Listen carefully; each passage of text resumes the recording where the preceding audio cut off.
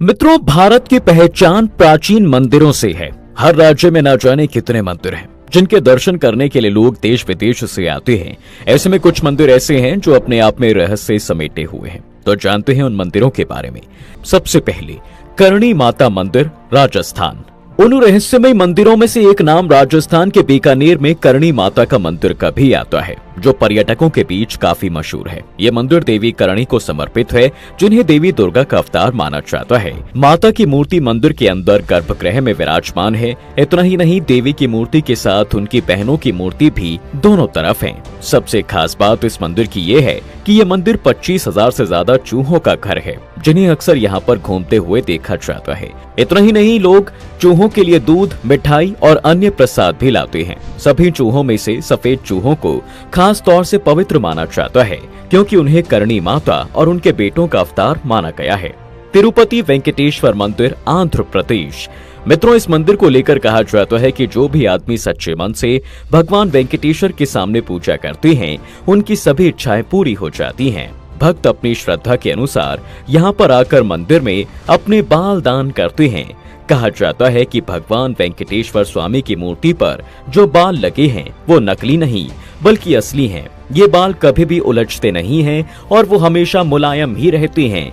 भगवान वेंकटेश्वर की मूर्ति पर कान लगाकर सुने तो समुद्र की लहरों की आवाजें आपको सुनाई पड़ती हैं। कामाख्या देवी मंदिर, गुवाहाटी, असम। नीलांचल पर्वत के बीचों बीच स्थित कामाख्या देवी मंदिर गुवाहाटी से बहुत ही पास है। और तो और ये मंदिर 108 शक्ति पीठों में से एक है। मान्यता है मित्रों कि पिता द्वारा किए जा रहे यज्ञ की अग्नि में कूदकर सती के आत्मदाह करने के बाद जब भोलेनाथ माता के शव को लेकर तांडव कर रहे थे, तब श्री हरि ने उनके क्रोध को शांत करने के लिए अपना सुदर्शन चक्र छोड़कर देवी सती के शव के टुकड़े कर दिए थे। उस समय जहाँ माता की योनि और गर्भ आकर गिरे थे, आज उस जगह पर कामाख्या देवी मंदिर स्थित है। स्तंभेश्वर महादेव मंदिर, गुजरात। मित्रों, ये मंदिर अरब सागर के तट पर स्थापित है। 150 साल पुराने इस मंदिर के बारे में महाशिव पुराण के रुद्र संहिता में मिलता है। कहते हैं इस शिवलिंग का आकार 4 फुट ऊंचा और 2 फुट के व्यास वाला है। ये चमत्कारी रहस्यमय मंदिर अरब सागर और खंबात की खाड़ी से घिरा हुआ है। इस मंदिर की खासियत है कि ये दिन में 2 बार समुद्र के अंदर समा जाता है। इसी वजह से ये और मंदिरों से काफी अलग है। मेहंदीपुर बालाजी मंदिर, दौसा।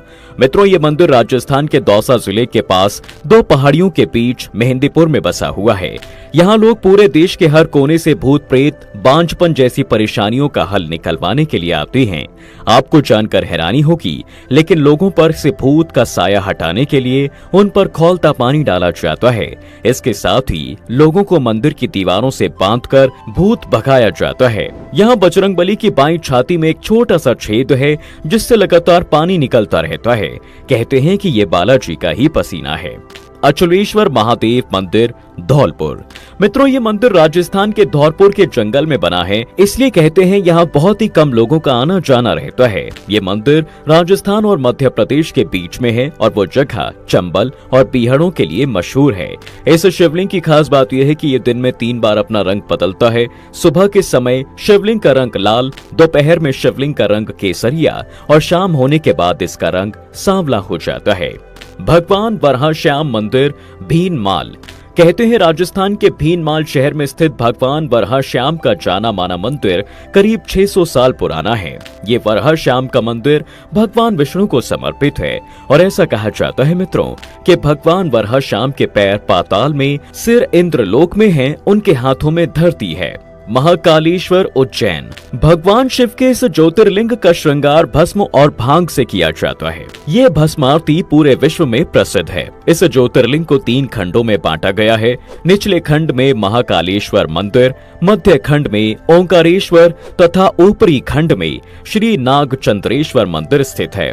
माना जाता है कि ज्योतिर्लिंग पर चढ़े भस्म को प्रसाद रूप में ग्रहण करने से बीमारियां नहीं होती। निष्कलंक मंदिर, भावनगर। मित्रों, ये मंदिर गुजरात के भावनगर में कोलियाक तट से थोड़ी दूर पर अरब सागर में स्थित है। इस शिवलिंग पर अरब सागर की लहरें रोज जलाभिषेक करती हैं। कहते हैं लोग पानी में पैदल चलकर इस मंदिर में दर्शन करने जाते हैं। दर्शन करने के लिए उन्हें ज्वार के उतरने का इंतजार करना पड़ता है।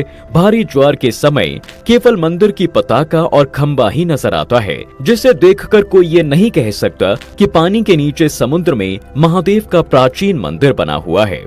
यहाँ पर महादेव के 5 शिवलिंग हैं। ये पांचों शिवलिंग एक चबूतरे पर बने हुए हैं और ये कोलियाक समुद्र तट से पहले और 3 किलोमीटर अंदर अरब सागर में बना है। लक्ष्मणेश्वर मंदिर, छत्तीसगढ़। दोस्तों कहते हैं ये मंदिर छत्तीसगढ़ के शिव नारायण मंदिर से कुछ दूरी पर खरौद नाम के शहर में स्थित है। खरौद छत्तीसगढ़ का कला केंद्र है और लोगों का मानना है कि इस जगह पर आपको मोक्ष की प्राप्ति होती है, इसलिए इसे छत्तीसगढ़ का काशी भी कहा जाता है। वहीं लोग कहते हैं कि भगवान राम ने खर और दूषण का यहीं पर वध किया था। यही वजह है कि इस जगह का नाम खरौद पड़ा। कहते हैं कि इस शिवलिंग में 1 लाख छेद हैं, इसलिए इसे लक्षलिंग या लखेश्वर भी कहा जाता है। वहीं इन 1 लाख छेदों में से एक छेद ऐसा भी है जो पाताल लोक से जुड़ा हुआ है।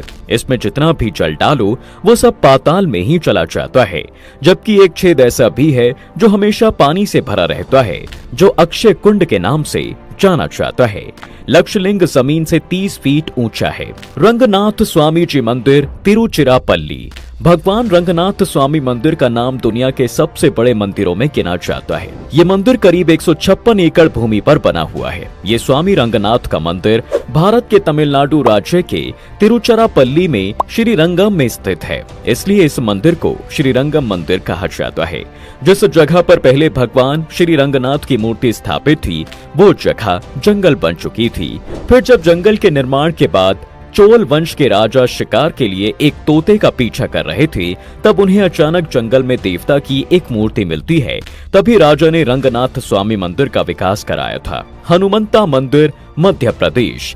मित्रों, हनुमान जी का ये मंदिर मध्य प्रदेश भिंड जिले में है। ऐसी मान्यता है कि इस मंदिर के भगवान हनुमान स्वयं अपने एक भक्त का इलाज करने डॉक्टर बनकर आते थे। यहाँ आने वाले भक्तों व श्रद्धालुओं का मानना है कि डॉक्टर हनुमान के पास सभी तरह की बीमारियों का कारगर इलाज है। यही कारण है कि यहाँ पर लोग दूर दूर से अपनी बीमारी से छुटकारा पाने के लिए आते हैं। वहाँ रहने वाले स्थानीय लोगों की माने तो इस मंदिर में जो भी भक्त दर्शन करने के लिए आता है वो हमेशा स्वस्थ रहता है। जगन्नाथ मंदिर, कानपुर। उत्तर प्रदेश के कानपुर में बना भगवान जगन्नाथ का मंदिर बहुत प्रसिद्ध है। यहाँ बलराम जी और देवी सुभद्रा की मूर्तियां भी लगी हैं। ये मूर्तियां काले रंग के चिकने पत्थरों से बनी हुई हैं। इस मंदिर के आंगन में सूर्य देव और पद्मनाभम की मूर्तियां भी स्थित हैं। मौसम विभाग के अलावा ये मंदिर भी पूरे मानसून की स्थिति की जानकारी देता है। इस रहस्य को जानने के लिए देश और पूरी दुनिया के वैज्ञानिक यहाँ पर रिसर्च भी कर चुके हैं। बारिश आने से लगभग 1 सप्ताह पहले मंदिर में श्री जगन्नाथ की मूर्ति पर मंदिर के गुंबद से पानी की बूंदें होकर आने लगती हैं तो कम बारिश होगी। वहीं अगर पत्थर पर पानी बूंदों का रूप लेने लगता है तो इससे सामान्य बारिश होने का संकेत मिल जाता है। कोणार्क मंदिर, ओडिशा। ओडिशा के कोणार्क सूर्यदेव मंदिर को साल 1903 में मंदिर के मेन दरवाजे को अचानक रेत और बालू से पूरी तरह से ढककर बंद कर दिया गया था। इस इंसिडेंट को हुए करीब 118 साल बीत चुके हैं, लेकिन इस मंदिर के सीक्रेट और मिस्ट्री मंदिर के बीचों बीच बने दरवाजे के अंदर मौजूद हैं। इस मंदिर के ऊपर 52 टन का एक चुंबक लगा था, जिससे इन खंभों को बैलेंस किया गया था। इससे सूर्यदेव की मूर्ति हवा में तैर रही थी और जिसे कोई भी देखकर हैरान रह गया।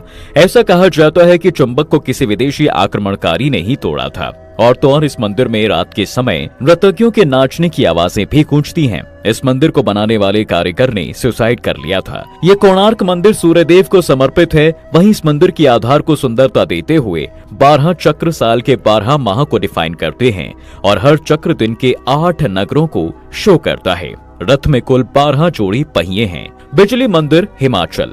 मित्रों, हिमाचल के कुल्लू जिले में बने अनोखे और रहस्यमय बिजली महादेव मंदिर को लेकर लोगों में बहुत विश्वास है। यहाँ लोग दूर दूर से महादेव के दर्शन करने आते हैं।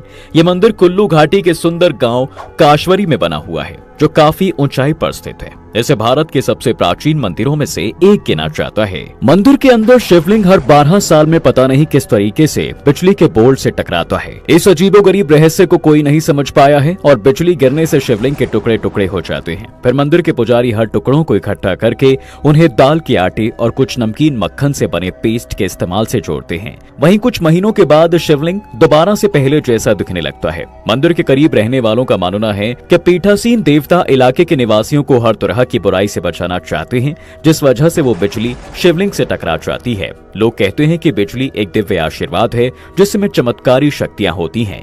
श्री बांके बिहारी मंदिर, वृंदावन। मित्रों, ये मंदिर उत्तर प्रदेश के वृंदावन में है। बांके का मतलब है कि 3 कोणों पर मुड़ा हुआ, जो असलियत में बांसुरी बजाते हुए भगवान कृष्ण की ही मुद्रा है।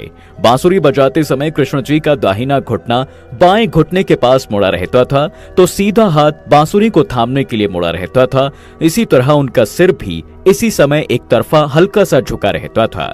इसलिए इस मंदिर का नाम बांके बिहारी मंदिर रखा गया। ये मंदिर 1860 में बनाया गया था, जो एक राजस्थानी वास्तुकला का नमूना है। बांके बिहारी की ये छवि स्वामी हरिदास जी ने निधिवन में खोजी थी। श्री कृष्ण मठ मंदिर, उडुपी। दक्षिण भारत में भगवान कृष्ण के कई मंदिर हैं मित्रों। उन्हीं में से एक बहुत फेमस मंदिर कर्नाटक राज्य का उडुपी कृष्ण मंदिर है। इस मंदिर में हर साल हजारों भक्त कृष्ण जी की एक झलक पाने के लिए आते हैं। मंदिर में कृष्ण के दर्शन 9 छेदों के द्वारा किए जाते हैं। दिखने में भगवान कृष्ण की मूर्ति बहुत ही सुंदर और मनमोहक है, जिसके दर्शन पाकर श्रद्धालु अपने आप को बहुत ही किस्मत वाला मानते हैं। कहते हैं कि 9 छेद से प्रभु को देखना किसी के भी जीवन में समृद्धि लाता है। कृष्ण जी की मूर्ति पर सजावट बहुत ही सुंदर है। कभी कभी ये सोने के जेवरातों के साथ और अगले दिन हीरे के कवच के साथ सजाया जाता है। तो मित्रों, आज की वीडियो में फिलहाल बस इतना ही। अगर आपको इसके बारे में और डिटेल्स में जानना है तो हमें कमेंट सेक्शन में जरूर बताएं। इसके साथ ही आपको हमारी ये वीडियो कैसी लगी ये भी कमेंट कर दें। तब तक के लिए वीडियो को लाइक करें, शेयर करें और पेज को फॉलो जरूर करें।